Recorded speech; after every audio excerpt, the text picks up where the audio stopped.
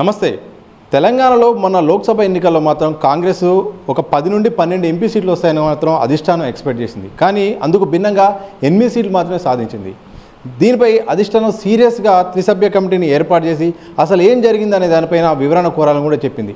నిజంగా ఈ ఫలితాలపైన ఆ కమిటీ ఏం చేస్తుంది, అసలు ఫలితాలపై ఎందుకు ఇలా అంటే భిన్నంగా గతంలో బీజేపీకి 4 ఉంటే 8 ఎలా వచ్చింది, అలాగే కాంగ్రెస్ అనుకున్న దానికంటే ఎందుకు తక్కువ వచ్చింది అనే దానిపైన కూడా తెలుసుకుందాం. ప్రస్తుతం మనతో పాటు కాంగ్రెస్ సీనియర్ నేత నిరంజన్ గారు ఉన్నారు. ఫలితాలపైన అధిష్టానం దృష్టి పెట్టింది, కమిటీని కూడా ఏర్పాటు చేసింది. ఈ కమిటీ ఏం చేయబోతుంది, మీకు తెలిసిన సమాచారం? ఇప్పుడు దేశవ్యాప్తంగా లోక్సభ ఎన్నికలు జరిగిన తర్వాత వచ్చిన రిజల్ట్స్కు ఆధారంగా ఒక 6 కమిటీలను వేయటం జరిగింది. ఒకటి మధ్యప్రదేశ్, ఒకటి ఛత్తీస్గఢ్, ఒకటి ఒడిశా, తర్వాత ఢిల్లీ, ఉత్తరాఖండ్కు ఒకటి, తర్వాత కర్ణాటక, తర్వాత తెలంగాణకు కూడా. తెలంగాణకు వేసిన త్రిసభ్య కమిటీలో పీజే కురియన్ గారు, రక్బుల్ హుషన్ గారు, శ్రీ పర్గత్ దాస్ గారు వాళ్ళనేది మెంబర్గా ఉన్నారు. పీజే కురియన్ గారు రాజ్యసభ డిప్యూటీ చైర్మన్గా ఉండి తెలంగాణ బిల్లు పాస్ అయినప్పుడు కూడా ఆయన మేజర్ రోల్ అక్కడ యాజ్ ఏ డిప్యూటీ చైర్మన్గా ఆయన మేజర్ రోల్ అనేది ప్లే చేయటం జరిగింది. సో అధిష్టానం అనేది కొన్ని రాష్ట్రాల మీద ఎక్కువ కాన్సన్ట్రేషన్ ఎక్స్పెక్ట్ చేస్తుండే. అందులో కర్ణాటక ఒకటి, తెలంగాణ ఒకటి, అదేవిధంగా మధ్యప్రదేశ్లో కూడా మంచి పర్ఫార్మెన్స్ ఉంటుంది అనేసి ఎక్స్పెక్ట్, ఒడిశాలో ఢిల్లీలో కూడా అట్లనే ఉంటుంది అనేసి ఎక్స్పెక్ట్ చేస్తుండే. అందుకు భిన్నంగా అంటే మొన్న అసెంబ్లీ ఎలక్షన్స్లో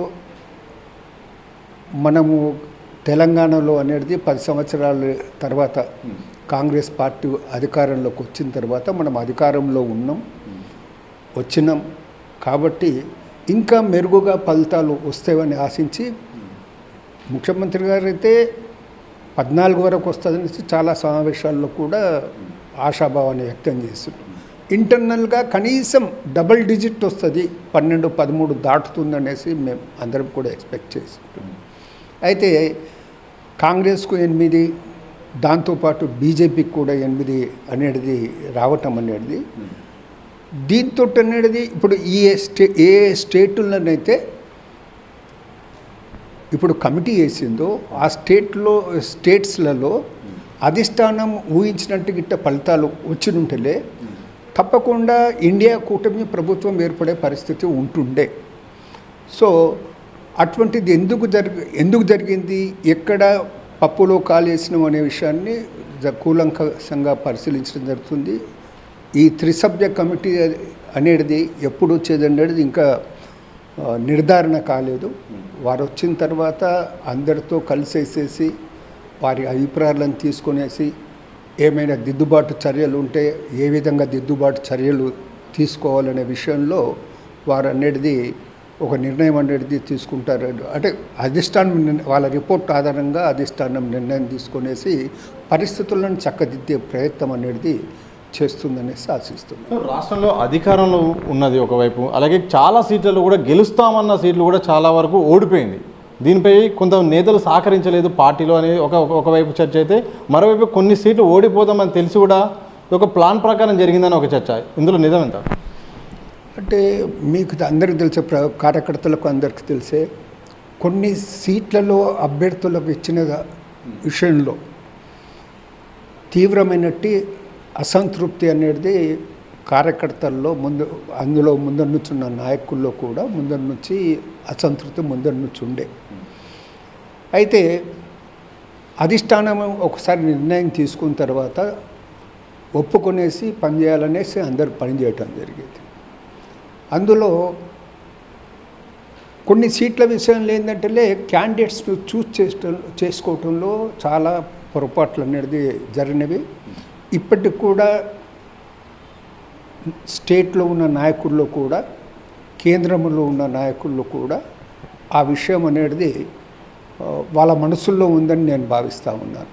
సో అలా అంటే లాస్ట్ మూమెంట్లో వచ్చిన వారికి టికెట్లు ఇవ్వటం, వాళ్ళని కాంటాక్ట్ చేయటం, ఎంతవరకు సబబు అనే విషయంలో ఈ కమిటీ కూడా ఒకటి ఆలోచన చేయాల్సినటువంటి పరిస్థితి ఉండదు. ఏదైతే పార్టీ బాగుపడాలంటే నిష్పక్షపాతంగా అనేది కార్యకర్తలు కూడా అందరూ, నాయకులు కూడా అందరూ ఈ వచ్చినటువంటి త్రిసభ్య కమిటీకి వారికనేది వాస్తవ విషయాలను తెలపాలి. వాస్తవ విషయాలను తెలుపుతూనే వాస్తవ విషయాలను వారులే కేంద్రంలో ఉన్నటువంటి అధిష్టానానికి నివేదిస్తేనే పార్టీ అనేది ఒక మంచి గాడిలో పడి ముందుకు పోయే పరిస్థితి అనేది ఉంటుంది. సో పీసీసీ నేతలకు రాష్ట్రంలో ఉన్న పార్టీకి సంబంధం లేకుండా త్రిసభ్య కమిటీ చాలా సీరియస్గా విచారణ చేయబోతుంది. అలాగే ఎన్నికల్లో ఓటమి గల కారణాలను సూచిస్తూ ఆ తర్వాతనే పీసీసీని పూర్తి స్థాయిలో ప్రక్షాళన చేయాలి, అన్ని పదవులను కూడా ప్రక్షాళన చేయాలన్నట్టు కూడా ఇలాంటి నిర్ణయం అధిష్టానం చేస్తున్నట్టు తెలిసింది. ఇందులో వాస్తవం ఇప్పుడు నేచురల్గా ఇంతకుముందు కూడా ఓసారి ఇక్కడ ఉన్న పరిస్థితులను అనేది గమనించడానికి దిగ్విజయ్ సింగ్ సింగిల్ మెన్ వారు రావటం జరిగింది.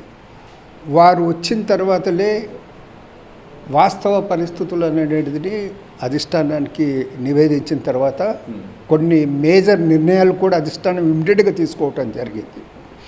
ఇప్పుడు కూడా పీసీసీది ఆల్రెడీ టర్మ్ అయిపోతుంది. అంటే టర్మ్ అనేది ముఖ్యం కాదు. ఇప్పుడు అంటే ఇంతకుముందు ఉత్తమ్ కుమార్ రెడ్డి గారు 7-8 సంవత్సరాలు ఉన్నారు. అంటే కాంగ్రెస్ పార్టీ ఆర్గనైజేషన్లో టర్మ్ అంటూ ఉన్నా కానీ ఇన్ని సంవత్సరాలే ఇన్ని రోజులు ఉండాలనేసి ఒకటి నిబంధన అనేది అటువంటిది ఏం లేదు. So as long as AICC అనేది పీసీసీ ప్రెసిడెంట్ అపాయింట్మెంట్ చేయడానికి నిర్ణయం తీసుకునే వరకు అతడు కంటిన్యూ అవుతాడు. జనరల్గా ఇప్పుడు మెంబర్షిప్ ఉంది పార్టీది, అది 5 సంవత్సరాలకు మెంబర్షిప్. పీసీసీ డెలెక్షన్ అవుతుంది, అయిన తర్వాత అందులో అధ్యక్షుడు ఎన్నుకోబడతాడు. ఆ అధ్యక్షుడు నేచురల్ ఏంటంటే అధిష్టానానికి ఆథరైజేషన్ చేసుకుంటూ వేస్తాము. అట్లా 5 సంవత్సరాల టర్మ్ కూడా నేచురల్గా ఉండే అవకాశం అనేది ఉంటాయి. కానీ పీసీసీ అధ్యక్షుడు అనేది ముఖ్యమంత్రిగా అయినందున ఇప్పుడు 6 గ్యారంటీస్ పథకము, వేరే ఇష్యూస్, అనేక ఛాలెంజెస్ ఉన్నాయి. వాటి మీద పరిపాలనపై కాన్సన్ట్రేట్ చేయాల్సినటువంటి అవసరం ఉంది. కాబట్టి పీసీసీ అధ్యక్షుడి నుండి ఎంత తొందరగా చేస్తే అంత మంచిదనే భావన ఉన్నది. ఎందుకంటే కార్యకర్తలు ఎక్కడి నుంచి వచ్చిన వారైనా కానీ, ఏ డిస్టిక్ వచ్చినా కానీ, మేము ఆర్గనైజేషన్ సంబంధించి మా పీసీసీ ప్రెసిడెంట్ గారు గాంధీ భవన్కి వెళ్తే జనరల్గా ఈ టైమింగ్లో గాంధీ భవన్ ఉంటుంటే వాళ్ళు సులువుగా కలుసుకునే అవకాశం ఉంటుంది. ఆర్గనైజేషన్ మీద అనేది సంబంధించిన విషయాలు తెలుపుకునే అవకాశం ఉండదు. అట్లా పీసీసీ ప్రెసిడెంట్ కూడా క్షేత్రస్థాయి సమాచారం అనేది అందుతుంది, ఒక పట్టు కూడా రావటం జరుగుతుంది. గతంలో అనేక సంవత్సరాలుగా ఇది డాక్టర్ మర్రిచెన్నారెడ్డి పీసీసీ ప్రెసిడెంట్గా ఉన్నప్పుడు కానివ్వండి, రాజశేఖర రెడ్డి పీసీసీ ప్రెసిడెంట్గా ఉన్నప్పుడు కానివ్వండి, సత్యనారాయణరావు గారు కానీ, డి శ్రీనివాస్ గారు కానీ, మన కేశవరావు గారు కూడా పీసీసీ ప్రెసిడెంట్గా ఉంటే వారైనా కానీ, లేటెస్ట్గా అనేది మన ఉత్తమ్ కుమార్ రెడ్డి గారు కూడా పీసీసీ ప్రెసిడెంట్గా ఉన్నప్పుడు వారు రెగ్యులర్గా అనేది ఏదో ఒక టైంలో గాంధీ భవన్కి వచ్చేసి పోతుంటారు. అది చాలా అవసరం. అది ఒక ఆర్గనైజేషన్ అనేది అది జిందా ఉండాలంటే, అంటే అది యాక్టివ్గా అంటే పార్టీ ఆఫీస్ యాక్టివిటీతో ఉండాలంటే పీసీసీ ప్రెసిడెంట్ అనేది రెగ్యులర్గా రావటం అనేది చాలా అవసరం. సో అందుకుగాను అధిష్టానం తొందరగా అనేది ఇవ్వాలని అనుకుంటున్నారు. ఆల్రెడీ వాళ్ళు అనేది ఆలోచన చేస్తున్నట్టు కనబడుతుంది. ఎవరిని వేయాలి, ఎట్లా వేయాలనే విషయంలో కూడా ఆలోచన చేస్తున్నారు. తొందరగా అది ఒక నిర్ణయానికి అనేది రావచ్చు అనేసి భావిస్తున్నాం. సో ఫలితాలు పూర్తయ్యాయి, త్రిసభ్య కమిటీ విచారణ కూడా చేపట్టనున్నది. ఇది ఒక కాలయాపనకే పనిచేస్తుందా, లేకపోతే తీవ్రంగా, లేకపోతే పై అధిష్టానం నుండిగా దిద్దుబాటు చర్యలు తీవ్రంగా ఉంటాయనుకుంటున్నారు? ఇప్పుడు మల్లికార్జున్ ఖర్గే గారు, తర్వాత రాహుల్ గాంధీ గారు, ప్రియాంక గాంధీ గారు, వీళ్ళే ఆర్గనైజేషన్ సంబంధించినది చాలా సీరియస్గా ఆలోచించే తత్వం గలవారు. వాళ్ళు ఎక్కడైనా ఏదైనా లోటుపాటు ఉంటే ఆ లోటుపాటుని సరిదిద్దడానికి వాళ్ళు ఎటువంటి నిర్మోహమాటంగా చర్యలు తీసుకుంటారు. చర్యలు అంటే సెటిల్ చేయడానికి ఏ స్టెప్స్ కావాలో ఆ స్టెప్ తీసుకుంటారు. ఒకవేళ కాలయాపన చేస్తే నష్టం అనేది ఆర్గనైజేషన్ జరుగుతుంది కదా. ఇప్పుడు ఆల్రెడీ మొన్న ఎన్నికల్లో సరిగ్గా రిజల్ట్స్ రానందుకు అనేదిలే ఒక నష్టమైతే జరిగింది కదా, మళ్ళీ నెక్స్ట్ ఓలా బై ఎలక్షన్స్ వస్తే సరే లేకుంటే నెక్స్ట్ 5 years వరకు అయితే మళ్ళీ వేచి చూడాల్సింది కదా కాంగ్రెస్ పార్టీ కేంద్రంలో అధికారం రావటానికి. అయితే దానికనేది బేసిక్గా ఇప్పటి నుంచే ప్రయత్నం పక్కడమందిగా చేద్దాం. ఇప్పటి నుంచే కాంగ్రెస్ కార్యకర్తల్లో నిరుత్సాహం రాకుండా ఉత్సాహాన్ని నింపే విధంగా చర్యలు తీసుకోవాల్సినటువంటి అవసరం ఉంది. 10 సంవత్సరాల తర్వాత కాంగ్రెస్ పార్టీకి అధికారంలోకి వచ్చింది. ఇక్కడ తెలంగాణ ఏర్పడిన తర్వాత ఫస్ట్ టైం వచ్చింది. చాలామందికి చాలా ఆస్పిరేషన్స్ ఉన్నాయి, సామాన్య కార్యకర్తకు కూడా చాలా ఆస్పిరేషన్స్ ఉన్నాయి. సో ఆ ఆస్పిరేషన్స్ను ఏ విధంగా ఫుల్ఫిల్ చేయాలి అనేది ఆలోచన చేయాలి. ఇప్పుడు డిస్ట్రిక్ట్స్ నుంచి వచ్చే కార్యకర్తలు కానీ డిస్ట్రిక్ట్కి సంబంధించినటువంటి నాయకులు కానీ మేము ఎవరికన్నా రిప్రజెంటేషన్ మా గోడు చెప్పుకుందామంటే ఎవరికి చెప్పుకోవాలనేది ఒక పెద్ద క్వశ్చన్ మార్క్గా ఉంది. సో అధికారంలో ఉన్నవారు వాళ్ళు మంత్రి కానీ ముఖ్యమంత్రి కానీ వారికి లిమిటేషన్స్ ఉంటాయి. అదే పిసిసి ఆఫీస్ అయితే ఏ కార్యకర్త డోర్స్ అనేది ఎప్పుడు ఓపెన్ ఉంటాయి. పిసిసి అధ్యక్షుడు డోర్స్ ఓపెన్ ఉంటాయి, ఎవరైనా రావచ్చు, రిప్రజెంటేషన్స్ ఇవ్వచ్చు. ఆ కార్యకర్తకు ఒక తృప్తి అయితే ఉంటుంది, నేను మా అధ్యక్షుడిని కలిశాను, నా గోడు చెప్పుకున్నాను అనే ఒక తృప్తి అయితే ఆ ఊళ్ళోకి పోయేసి మళ్ళీ చెప్పుకుంటాడు. నేను పోయినా పిసిసి అధ్యక్షుడిని కలిసిన, ఫలానా సెక్రటరీని కలిసిన అంటే ఒక చెప్పుకునేసి ఒక ఆత్మతృప్తి అనేది కలుగుతుంది. సో అది కావాలంటే పిసిసి ప్రెసిడెంట్ అనేది కొత్తగా తొందరగా రావాలి. అయ్యే పిసిసి ప్రెసిడెంట్ కూడా ఆర్గనైజేషన్ మీద అభిరుచి కలిగినటువంటి వ్యక్తి ఉండాలి. ఇది ఒక హోదా అని భావించేవారు, ఇది ఒక స్టేటస్ అని భావించేవారు పిసిసి ప్రెసిడెంట్గా వస్తే ఇది ఆర్గనైజేషన్కు లాభం కలగదు. సో చివరిగా చెప్పండి, ఈ యొక్క పార్లమెంట్ ఎన్నికల ఫలితాల పైన ఎవరిది బాధ్యత పూర్తిగా? ఎందుకంటే అనుకున్న ఫలితాలు రాలేదు, ఎవరు బాధ్యత వహించాల్సిన అవసరం ఉంది, ఏం జరగబోతుంది? ఇప్పుడు అందరు కష్టపడ్డారు, ఒకరిని బాధ్యులు చేయరు. ముఖ్యమంత్రి గారు కూడా తను ఎంత కష్టపడాలో అంత కష్టపడ్డారు, మిగతా మంత్రులు కూడా ఎంత కష్టపడ్డాలో అంత కష్టపడ్డారు. కానీ కొన్ని నిర్ణయాలు క్యాండిడేట్స్ విషయంలో కొన్ని నిర్ణయాలు అనేది సరిగ్గా జరగలేదనేసి అందరూ ఒప్పుకుంటున్నారు ఇప్పుడు. అది సో అది మేజర్ ఎఫెక్ట్ అనేది క్యాండిడేట్స్ సెలక్షన్స్లో కొద్దిగా పొరపాటు జరిగింది.